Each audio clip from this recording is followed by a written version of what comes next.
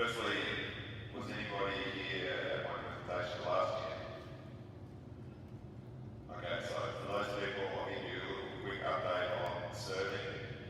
If you remember all of the stuff that I talked about very earnestly last year that I was thinking about serving, just for information, I don't do any of that anymore. So you can go to last year's notes and scrub them out. What happened was we worked in that way for the whole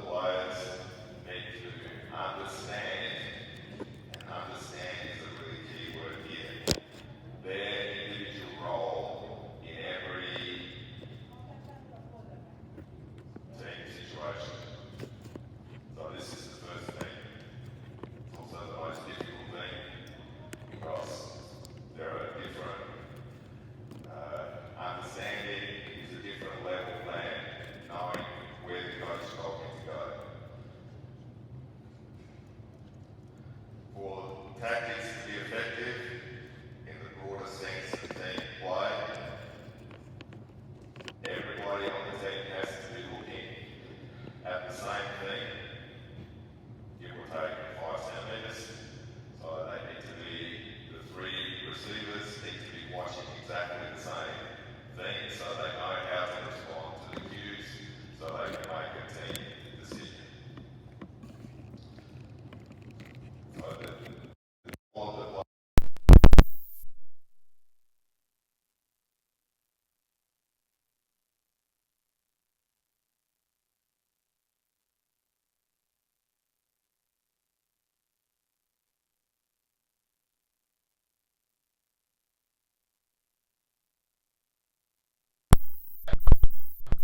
essentially to the same decision at the same time. And obviously this is where we start to get a little bit complex. So we have 6 guys on the court who are all looking at the same thing. They see the same thing, they interpret it in the same way, and they collectively make a team decision at the same time and act together. Except that in volleyball, I guess in all sports, but when they act together, everybody does something slightly different according to the role that they understand, that they have to understand. And the one that we have the most problem with, for example, is the role of position 6.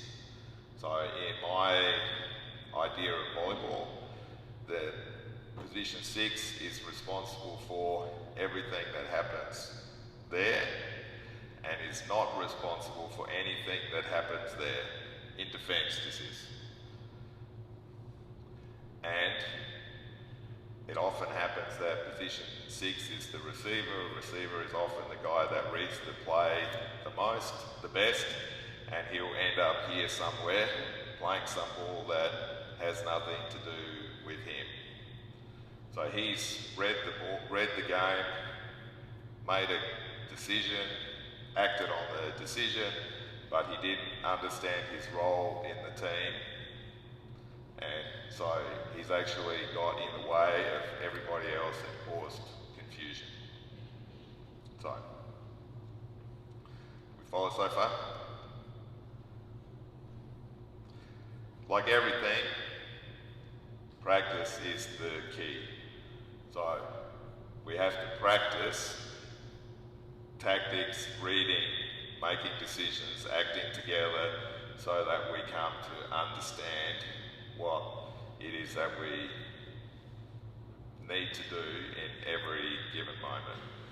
And obviously, this is really complex and you can't do it step by step. You have to do it all at the same time. So, that's what we're going to more or less do now. A couple of things before. So, to do that, how do we practice? The answer to that is that we practice with 6 against 6. So, if you walk into any of my practices after the first 30 minutes, say 40 to be safe, then there's a very high chance that you'll see 12 players on the court, because that's what we're practicing. Then after that, after we've understood or decided, depending on how you want to look at it, that we need to have 12 players on the court to practice reading, understanding, deciding and acting together, then we have to, it's not a random process. We don't just roll the balls out and have them play and eventually they'll work it out. This is still a coach driven, if you want to say it like that, this is still a coach driven process. It still happens under the direction of the coach. So, let's see where we go from here. 12 guys on the court, in positions, in your positions? Is there any coach who wants to help me?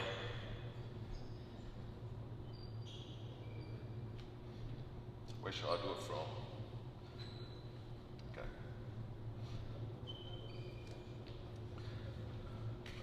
It's okay, I got it. All right, so you're all in positions. So the first thing that we decide is what it is that we want to practice in the game. Okay, we'll talk about side out and stuff afterwards. So we want to practice what we want to practice with block, what we want to practice with attack, what we want to practice with defense. The starting point is basically the same every time. The difference is the instructions and the feedback that you give. So we will start with, you guys are pretty warm, we'll start with high ball hitting and say that that's the first thing that we want to practice. And then we think about, so go back one step. What we want to practice becomes the condition of the first action of the rally. So we're playing 6 against 6. We want to learn to read and decide. So every rally that we have, we play out. We never let the ball drop. We never stop the rally. We always play out to the end. So what we want to practice, the condition of the drill, the condition that we apply is on the very first action. So for right now, the condition that we want is high ball, and we start with a high ball from position 4. And who's in position 4? I like this guy because I was that guy, the guy who went straight to position 4 knowing that he was going to get the first attack. So, how we put the ball in, there's a couple of different possibilities, but for now, we put the ball in from the coach directly to the setter. The setter will set a high ball. We'll start with 2 blocks, is my condition, and what I'm looking at in the first instance and the feedback I'm giving is the high ball set, the high ball attack, and the high ball block.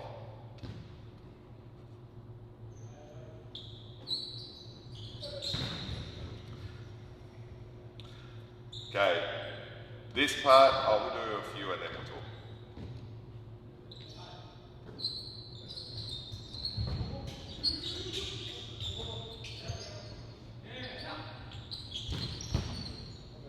Okay, good. And the next one.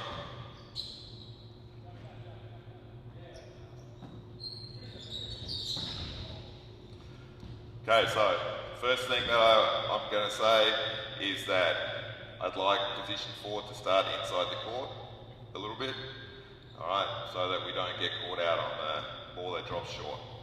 So one more here.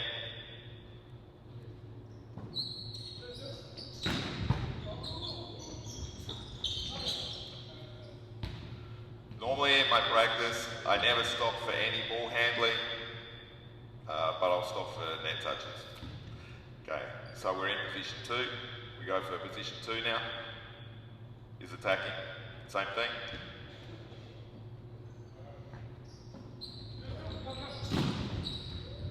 Nice block.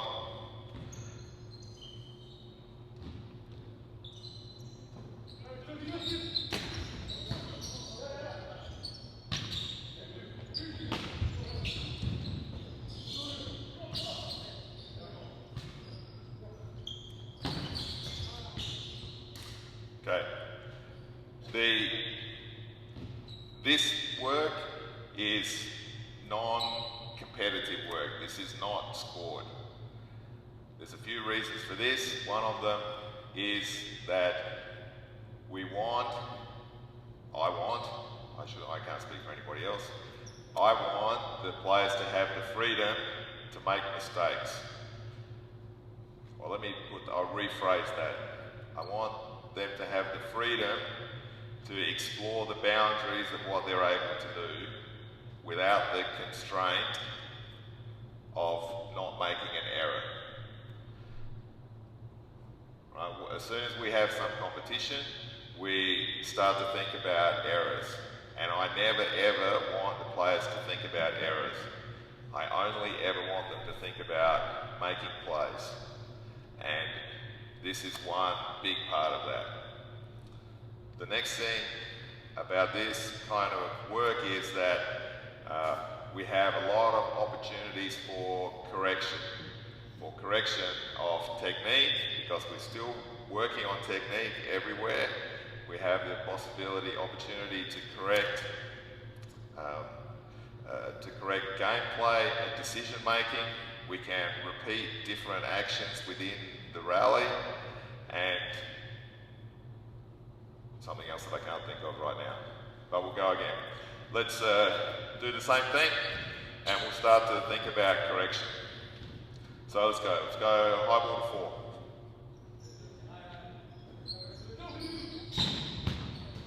Inside, nice hit. One more, position 4. Good. Okay, he's made an error. I want to repeat the same action, so he has a chance to make the same ball. Good, set. Yes. It's position 6, being somewhere where he's not supposed to be. Okay, we missed the defensive opportunity, so we're going to replay the rally from his first contact. After that, you're free to do whatever you want. Perfect ball, and play. Yeah, same ball, repeat the first tempo. Nice. Ooh, okay. Let's change here front back, so we don't have the same guys hitting all the time. Oh, you don't have another position 4? Let's take another position 4 from the other side, just change.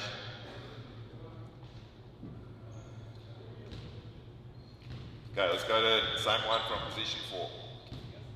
High ball.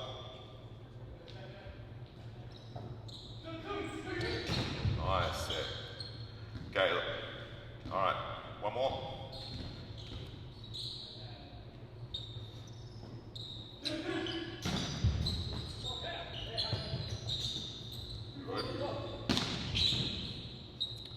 Nice hit, perfect. Okay, so that's the first condition, one condition that we can have. The next condition, if there's anything that you want to try. So we're still working a little bit on attack. We'll do first tempo now. So first tempo with only one block. Yep. Let's work at being a little bit more space with the setter. Oh. Same thing again.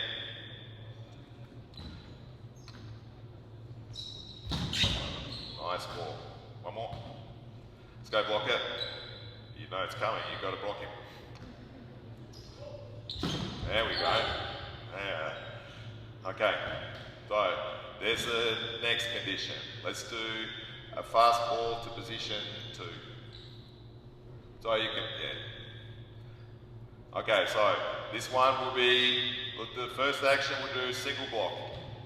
Okay, one block, we defend against one block. Go. 1, 1.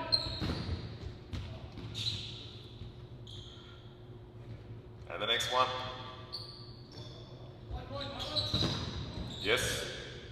Good cover. One more. Wait. Okay, we have one block, now we work 2 blocks. So, when we have one block, we're obviously practicing setting and spiking.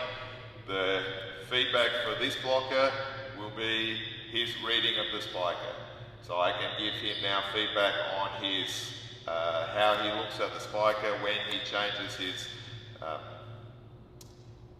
eye direction, where he looks, okay, because we're always talking about decision making.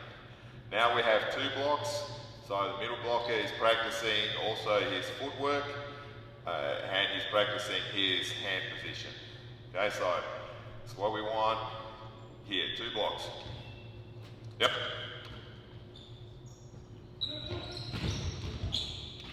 Okay, and of course, the spiker's practicing spiking against 2 blocks.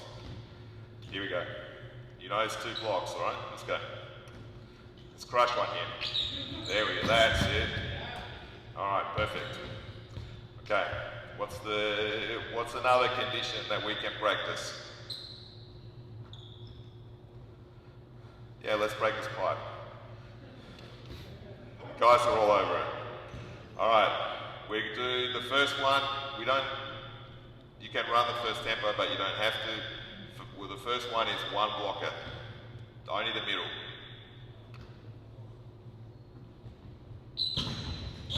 Oh, okay, I saw the defense not moving there, so we play from the first action. Go. Wait. Wait. That was too easy. It was a ball that he didn't go for in defense, so if I throw it straight to him, this ball's not sticking. So go. Yes. And go. Alright, so what are we up to? This time pipe. This time it's 2 blocks. But you guys decide which 2. The best way to do it is if you don't tell him. Yep.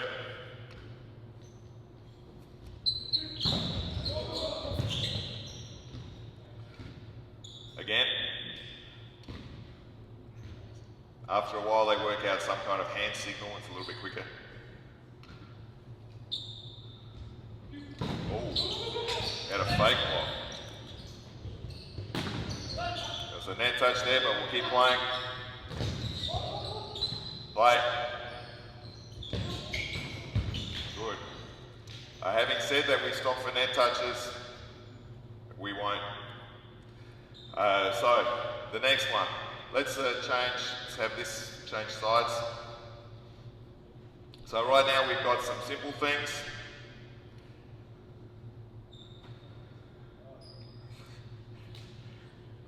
He always wants to spike. Okay, so now we can start to practice some tactics.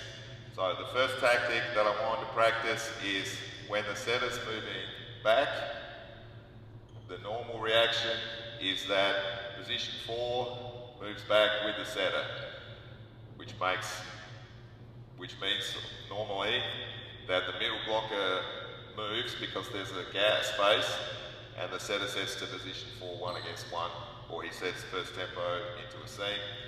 So I want to practice that position 4 stays in that position when the setter moves back. The middle stays, position 4 stays. So I'm going to put the ball in where he has to move back and he can set whatever he wants for now. But the specific feedback now is for the blockers.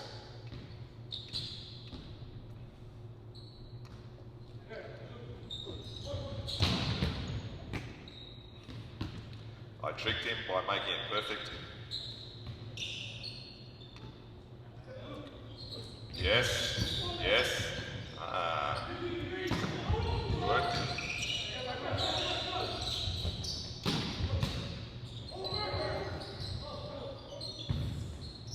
Play.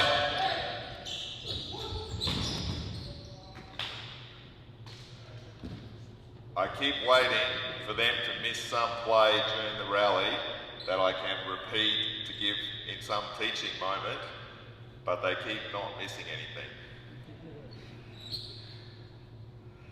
Hopefully, somebody will go to sleep in a minute and I'll be able to show you the next thing on the list.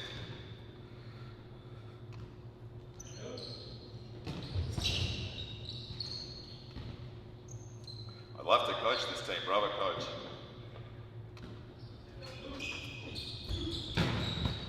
Good. Okay, next condition. I'm going to get him eventually. We'll get the ball at the 3 metre line. The setter can choose what he wants. Now the work is for the middle blocker to read.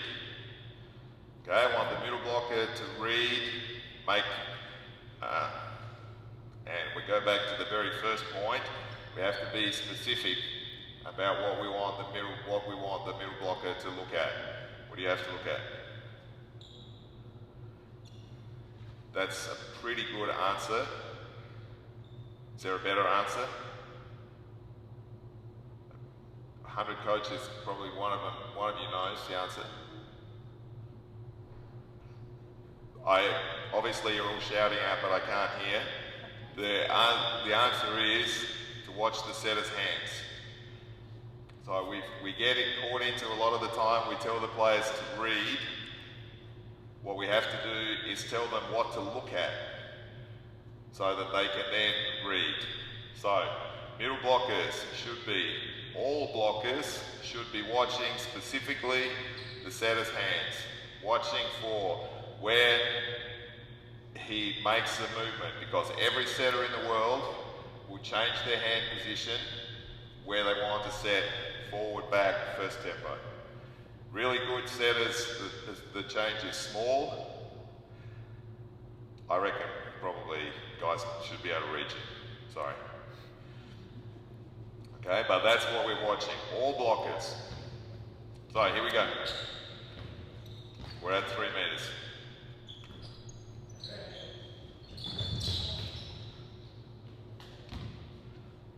Alright, I got to get something. So it's the defender not going for the ball. Let's go. Just get it. Stop. Stop. So when we do this kind of repetition to repeat one mistake, we're also giving information on who should have played that ball. Okay, so we put the ball in and everybody gets ready, but the feedback that we're giving is not only to the individual player, it's to the group about who has to play the ball, has to have played the ball. Alright, in this case, position 1 needs to have played this ball, so he has to play the repeat action.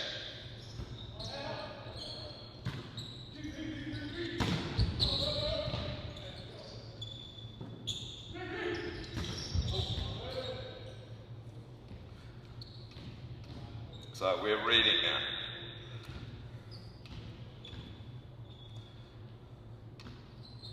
Watch his hands and go. Good read.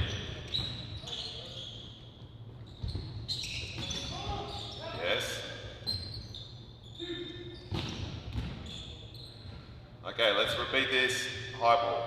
So I'll put the ball over for first contact to play in the same position. No, stop. So I want to repeat it. Normally I would have another coach over there, but, so here, please. So play the first ball to the same place.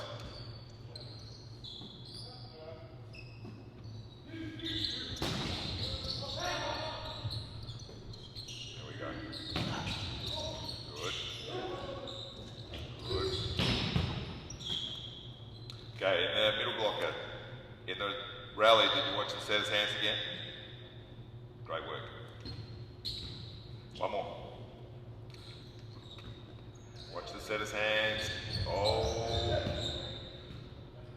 Okay, here he's made a deliberate error to give me a chance to repeat the action again.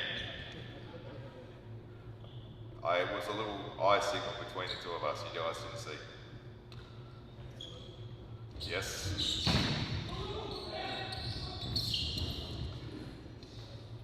One important point when we're working with the middles on reading the setter is that the feedback that we give, the way that we organise the rally, the way that we organise the feedback is that all of the feedback should be on whether he makes a correct read. One of the problems, I shouldn't speak through the net. One of the issues that we'll have is that when we play, players are thinking about the outcome.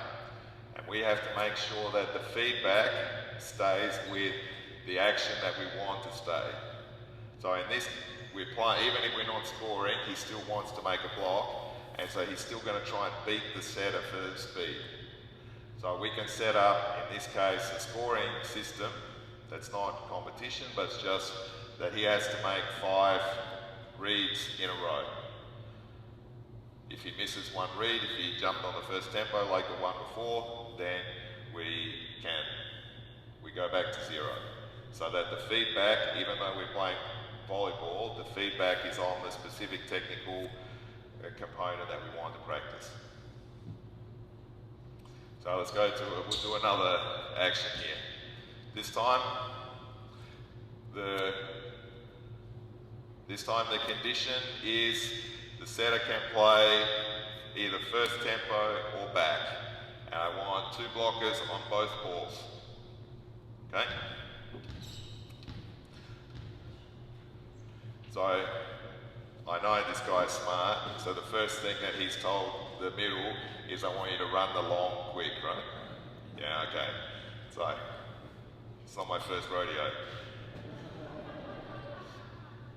So then, okay, normally we let him do 1 and then we say, okay, you can only play the close, quick and back. I think the coach of this team should be making this presentation, not me. So, first tempo, front or back, or behind. 2 blockers. And we have to have 3 actions in a row with only 2, with both blockers. That's 1. Okay, yeah. Ball.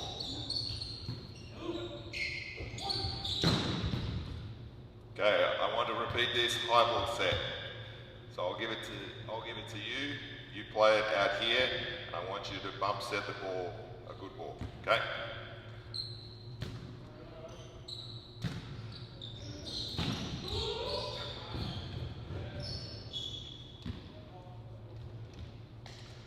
All right, blockers have 2. They need 3 in a row.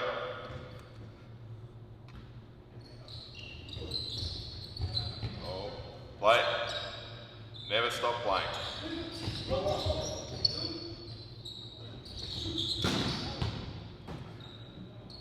Okay, here. The feedback that I would be giving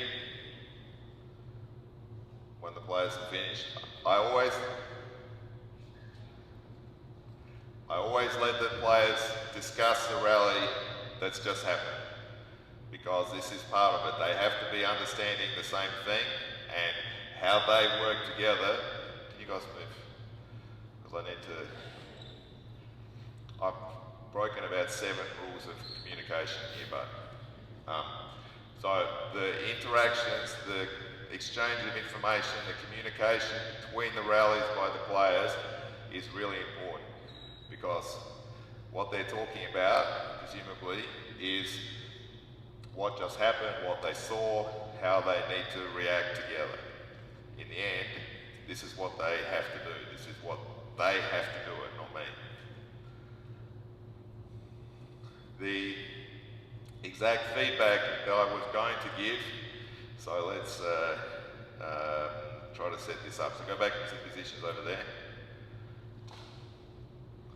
Okay, so pretty sure, if I remember rightly, the opposite was here, playing the first ball. Am I right? Okay, so the feedback I would be giving my team is that they need, all of the blockers need to recognise that the opposite, or position 2, is no longer in the attack.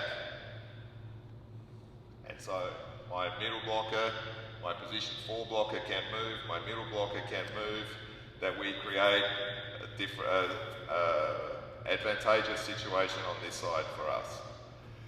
So, as an example of the feedback I would be giving here.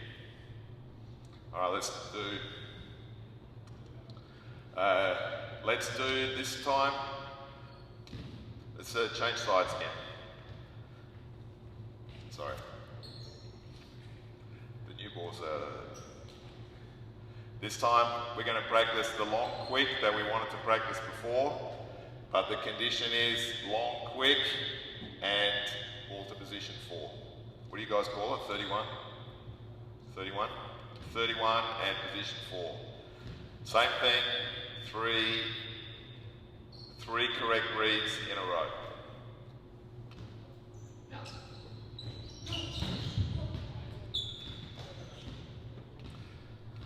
One.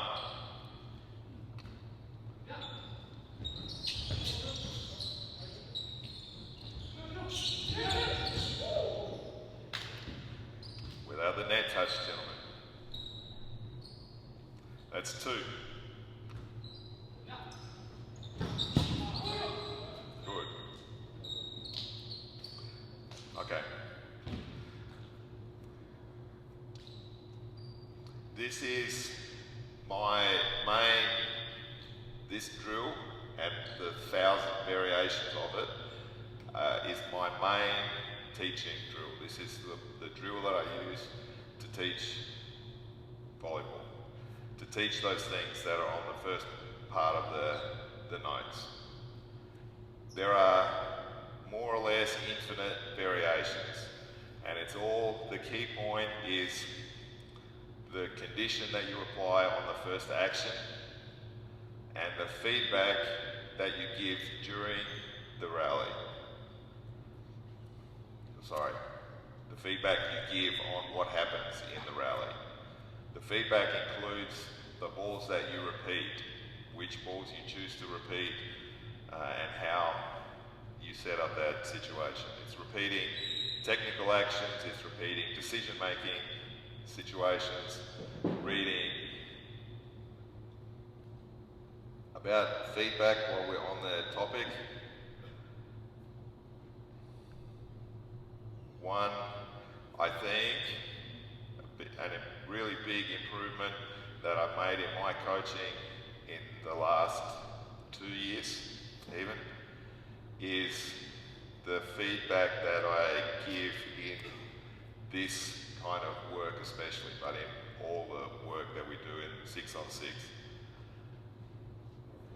And I didn't really want to do it because of this microphone. I'd start shouting and you guys would have to wear it. But the way that I've worked the feedback in is during the rally.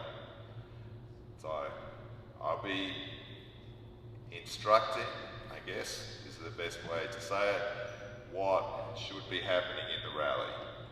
So I'm not at the end of the rally saying that you should have done this. I'm watching. This is the other thing that I've got much, much better at, is not following the ball. I almost never watch the ball in practice. I'm watching the movements of the players and how they're reacting to the different situations. So, not perfect at it, but if I see somebody about to move out of position, then I can directly say, no, stay where you are. Position 6, move. Hopefully I'll use a name. Terrible at names though.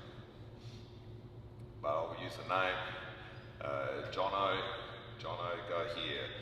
When the situation with that we repeated or that we talked about where the block didn't release, so I would be on the sidelines actually screaming at the guys some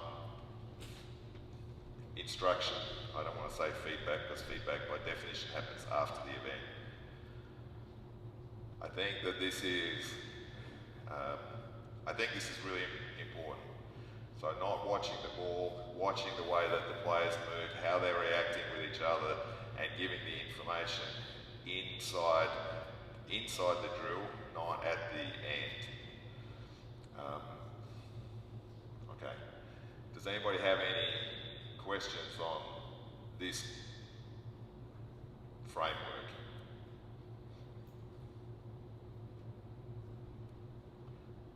Because it's so clear, or because you...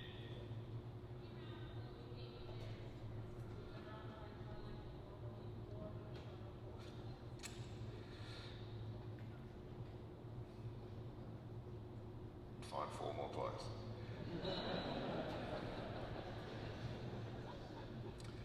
I think that all gameplay has some value as gameplay. So 1 against 1, 2 against 2, 3 against 3, all variations. When you change the dimensions of the court though, you actually change the skill requirements. So then it's not technical training anymore. That's the weakness of it. If I had 8 players, I would probably do some version of just attacking half of the net, so that the setters are still setting the same ball, the spikers are still setting at the same part of the court. I can make the condition that the spiker has to spike cross court or has to spike line where the defenders are. So I can do it like that. Finding 4 extra players probably is the better answer though. Okay. There are different ways that you can put the first ball in. I give it directly to the setter a lot of the time. You can play the ball over the net for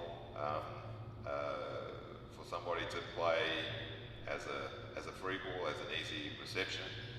That changes the dynamics a little bit.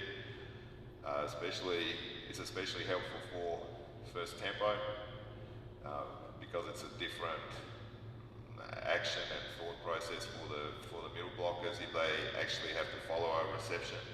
That's one of the big differences with giving the ball directly to the setter. If you give the ball directly to the setter though, there's a shorter time between the actions. So the conditioning component is a little bit different. If you put the ball over the net, there's longer time between actions, so conditioning is a little bit less, because that's all part of it too. If you have players who are skilled and that you can trust, you can get the player making the first contact to carry out the conditions that you want. So we had the reception at 3 meters, we had the reception in position 2, you can have the reception in 4, etc. It's better in some way if you have the libero playing the ball in that position. Then you have the rally unfold a little bit more as it would in a game. The negative part of that is that you have somebody practicing something that you would shout at them for if they did it in a game, which is why I said it needs to be somebody that you can trust, who understands the difference between something that you might do in a drill. If you have good players, the really funny thing is that they find it hard to not pass it perfectly.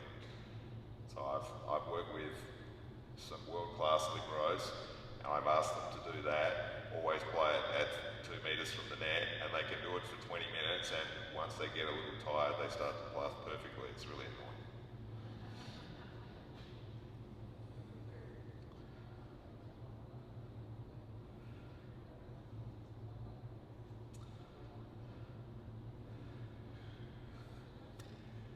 The question is that players don't talk to each other enough during the rally, and that if I'm giving instructions, whether that hinders the development of the communication. I don't know how to answer that question without upsetting everybody in the room.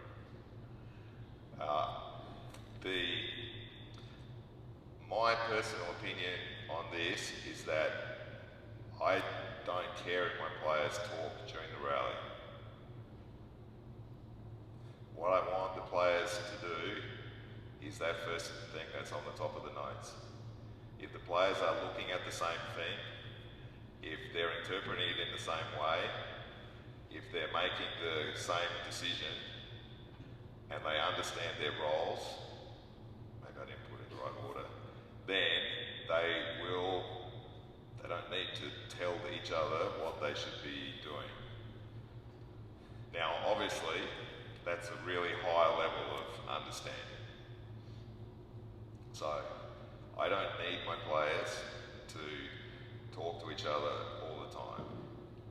There are, of course, and that covers, I don't know, 90% of game situations where it's clear what everybody should be doing at the same time. There are the 10 where in practice you have to have some communication.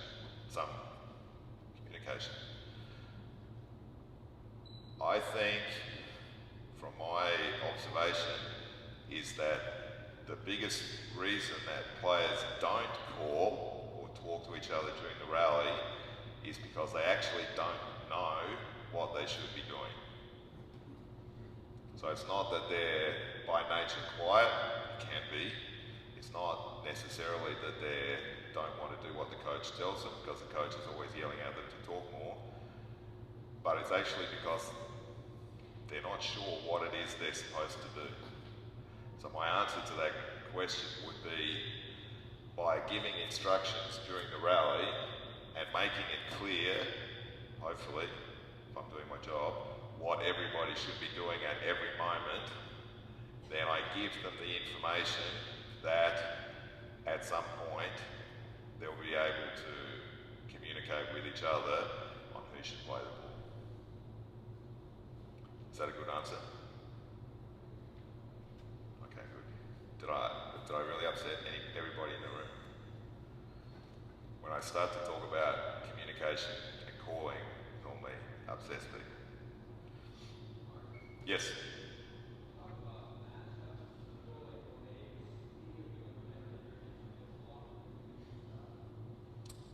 All of those things. Like I said, there's an infinite range of possibilities. So the question was, if I do A against B or best hitter against best blocker, as a general principle, I almost never play first six against second six. I'm always mixing the teams. When I'm choosing the teams and I spend time choosing the teams, I take into account who's playing with who. So sometimes, some days I want my opposite to play a lot with the setter because they're not feeling it with each other very well, or some middle with the setter, or some combination of receivers is one that I will often do.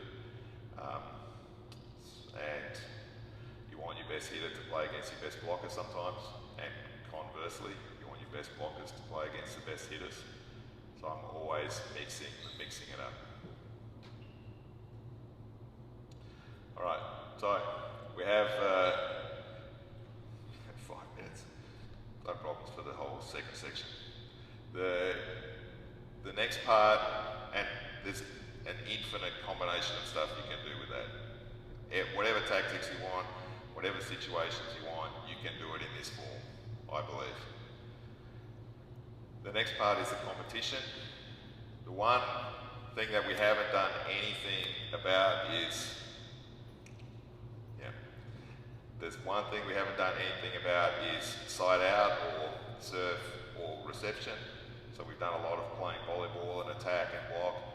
So the second part of my practice is a wash drill, I guess is the easiest way to describe it. So let's get to our 6 against 6. You guys can serve.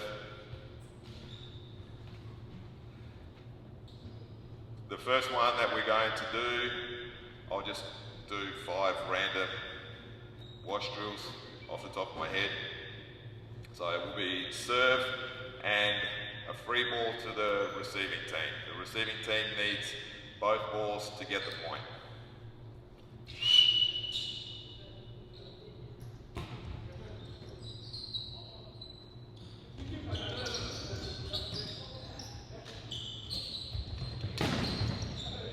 Second ball.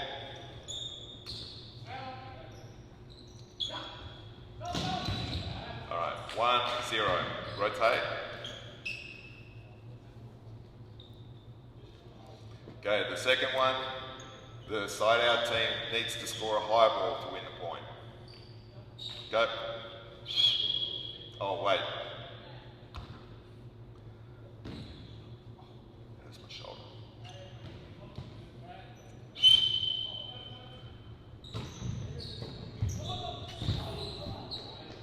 Serve again. That's a point for the serving team, 2-0.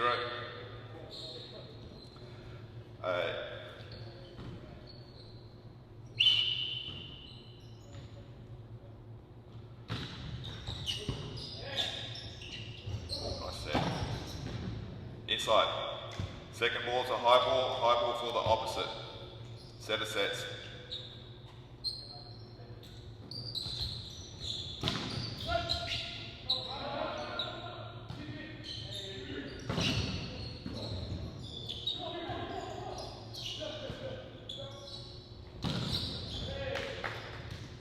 Okay, it's a point here, but I want to repeat this action because I can always repeat the action. In my team, I prefer when the set is front that the middle blocker takes the free ball that's short to position 2. Okay, I want the opposite to hit. So we'll repeat.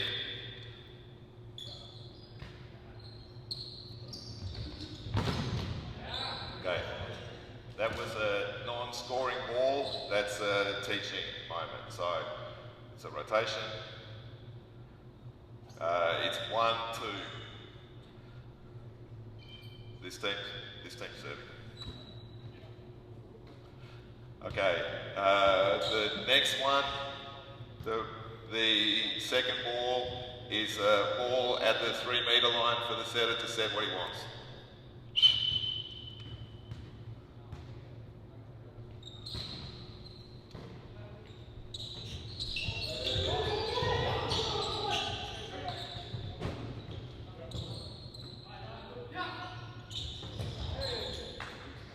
Okay, serve again. That's 2-2.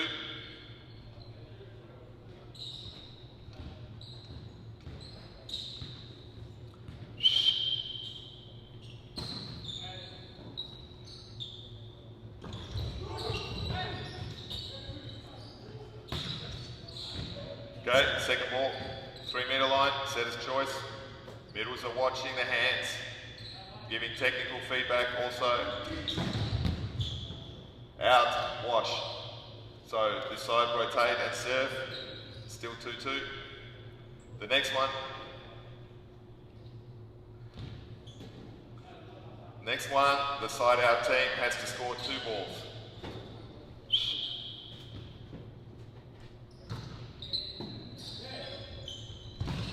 Second.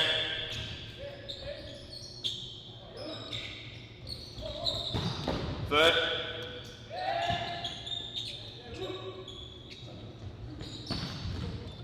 All right, point, rotation. Yep. Okay. Can you please make a service error this time? I'm waiting for these guys to make mistakes so I can do some corrections, but they keep not making them.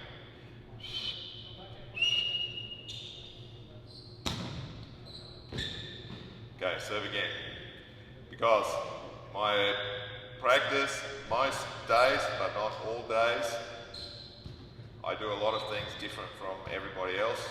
One of them is that I almost never have a blocked serve and reception practice.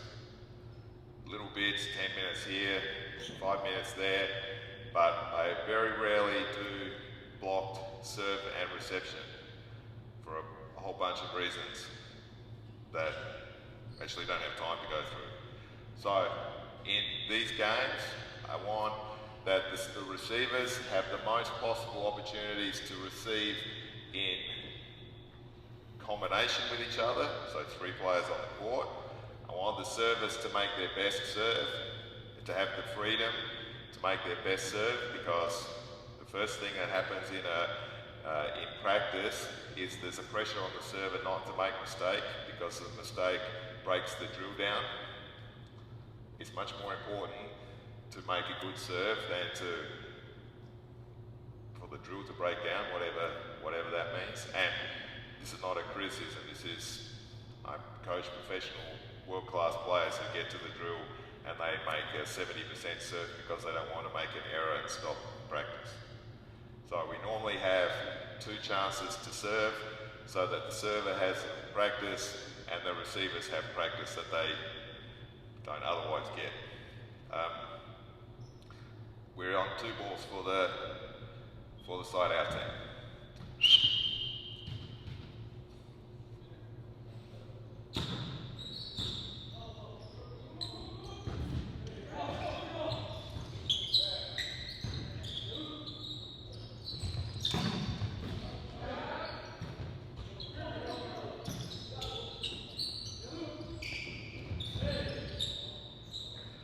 Okay, free ball over the net.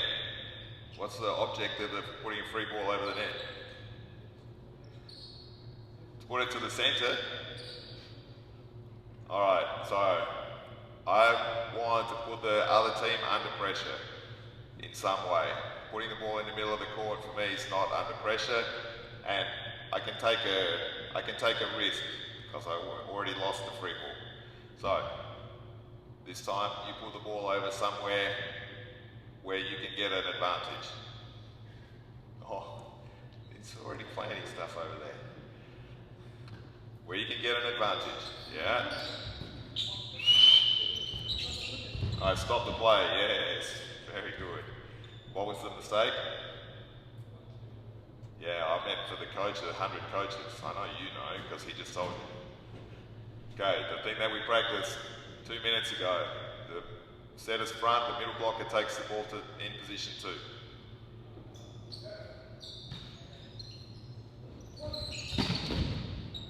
Okay. What else? That was a serve over there. So serve again. It was a wash. 3-2. This time it'll be a free ball to that team. It has to be first tempo, the free ball against one block.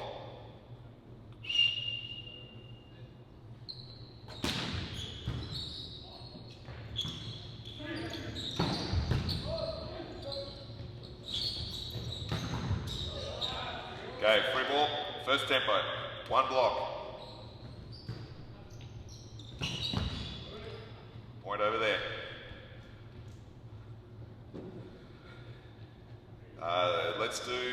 Let's do a reverse wash this time.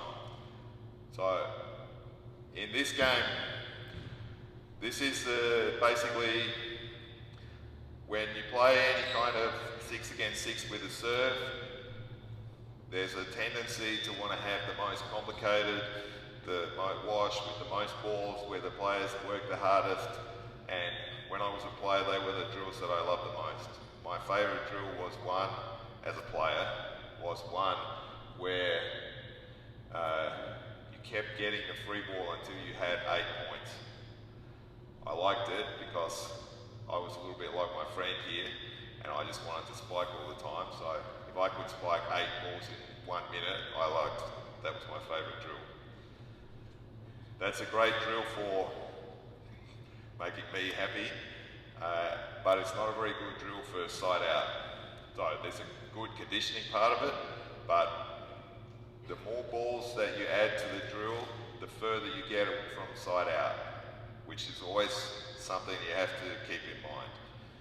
So we do some drills where the confirmation ball, the ball that you have to get to win the rally, to win the point, is not the free ball, which is the normal way, but where you actually have to get the side out to win the point. So in this one, I give the first ball is a free ball to this team.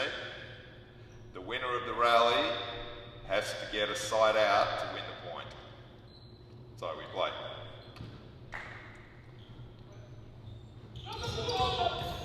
Okay, they won the rally. This team serves, so they have one little point. Guys serve. Yep.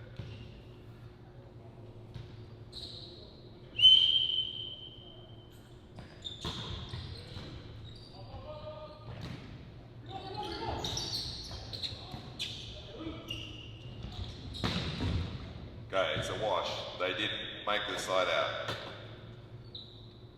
Okay. Yes. That's a good question. What do you think? He played the ball here, So it's probably in the grey area. So there are lots of grey areas, unfortunately. But that's why it's important that the players are looking at the same thing and thinking in the same way, so that when we come to the grey areas, they have the understanding between themselves how to react to it. Okay. What have I forgotten? Because we're actually running out of time. I've forgotten something about this. Wait. I have my notes that I actually didn't even look at. Bonus points. I go back to the beginning of the practice and what it is that I want to practice on any given day. And in this format, the 6 against, or this wash format where I'm scoring, I can give bonus points is one way to emphasize certain actions, certain behaviours, certain outcomes that you want. So for example, if I want to emphasize the first contact after defense and the work of the middle blocker to transition, I can give the bonus point for first tempo in transition. So in any rally, in any action, if the middle blocker scores on the first tempo, that team gets a point, even if everything else is a wash. I can do it for, I don't know, one other common one I do is if there's a block cover and I score directly after the block cover, that's, in most of my drills, that's a direct point. So I want to emphasize the work in cover. Again, you can do whatever you want to emphasize on that day, you can make as the bonus point. So those are the highlights. As I said, if you walk into my training on nearly any day, you'll see that pretty much it. That's my practice. Those are all of my drills. So I have 5 minutes for questions. First, thanks to the guys.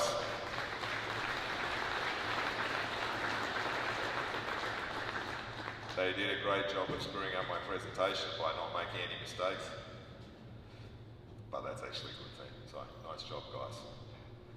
In the last 5 minutes, is there any questions?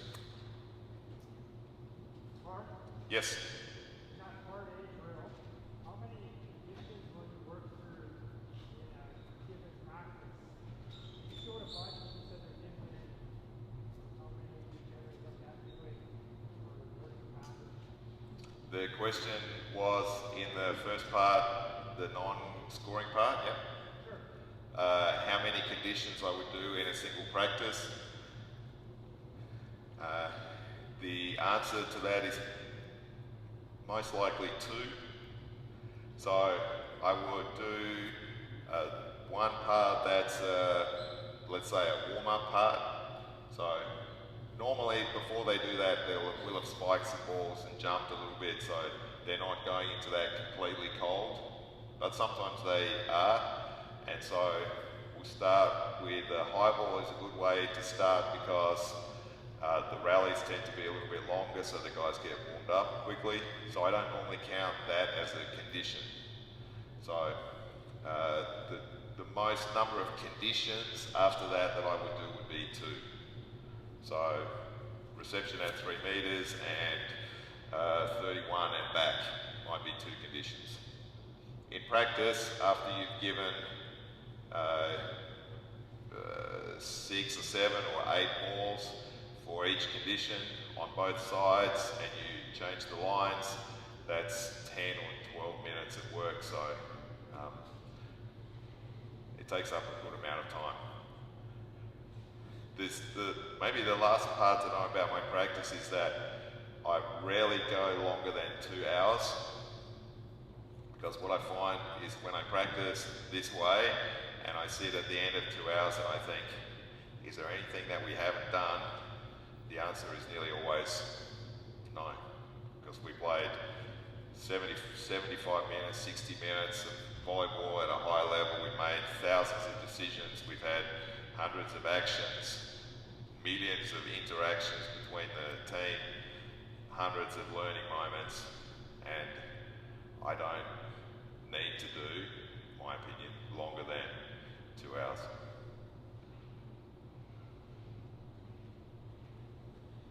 Wait, what was the subtitle of the using competition in practice? How to use competition in practice, so I should address that about half the time.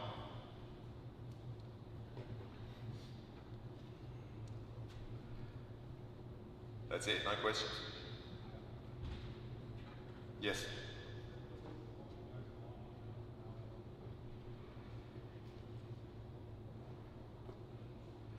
The question is, the first is that I like the players to be talking after the rallies, exchanging information. And the question was, how long do I let them talk?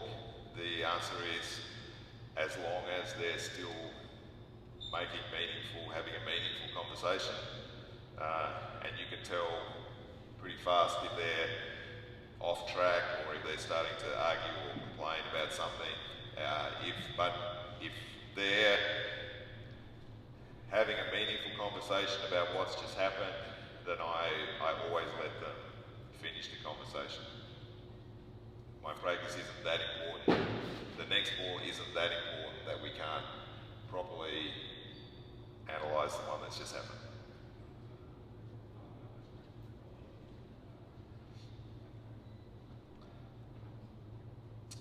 It doesn't normally take them 2 minutes to talk.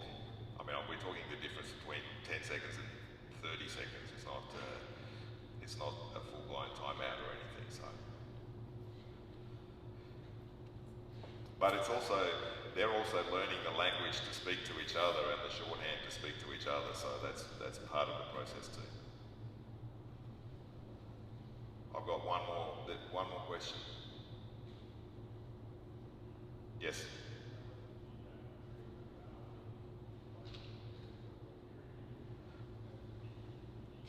That's a really good question. The question was, when I'm talking during the rallies, if the players can hear me. Where you're standing on the court and how you orient yourself to the team is really important when you're talking to them. And when I made the comment that I broke 7 rules, I was standing on that side of the net, talking through the net to you guys and 10 players in front of me. It was, if you guys missed half of that, then I was basing that on the fact that the microphone, you can hear everything really well. But the position that you're standing when you give information is important. And I actually, as time goes by, find myself gravitating to somewhere like this position. From behind the court, you can theoretically see more of what's going on. But if I'm standing there and I don't have a microphone, the guys at the back, it's really difficult for them to hear, especially if you're in a gym with some other activity. So a lot of the time, let's say 80% of the time, I will err on the side of being closer to the court where I can instantly interact with all of the players than to get the slightly better view from the back of the court. All right. All right, one more.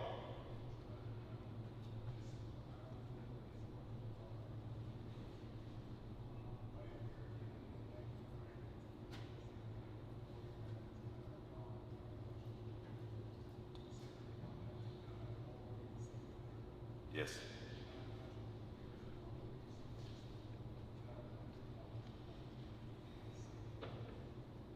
So the question is, you have new players who don't really know what they're reading, and if I want them to communicate in the beginning stages.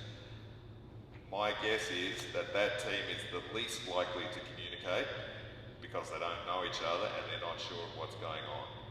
So I would say that's a time when I have to be, that formation part of the team is the part where I'm giving the most information.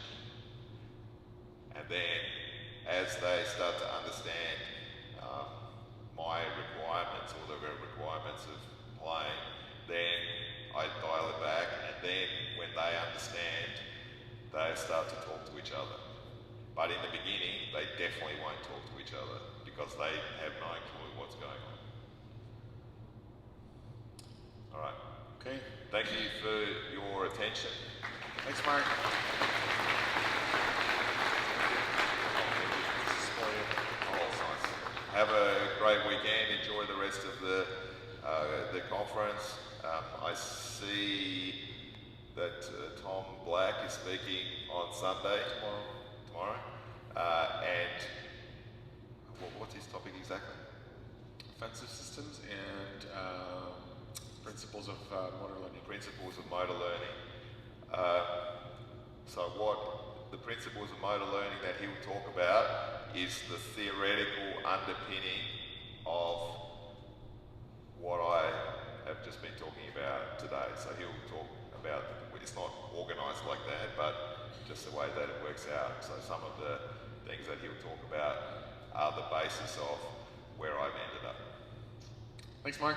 Thank you. Thank you very much. I know you have to go to your practice. Your ride is waiting for you just outside the gym.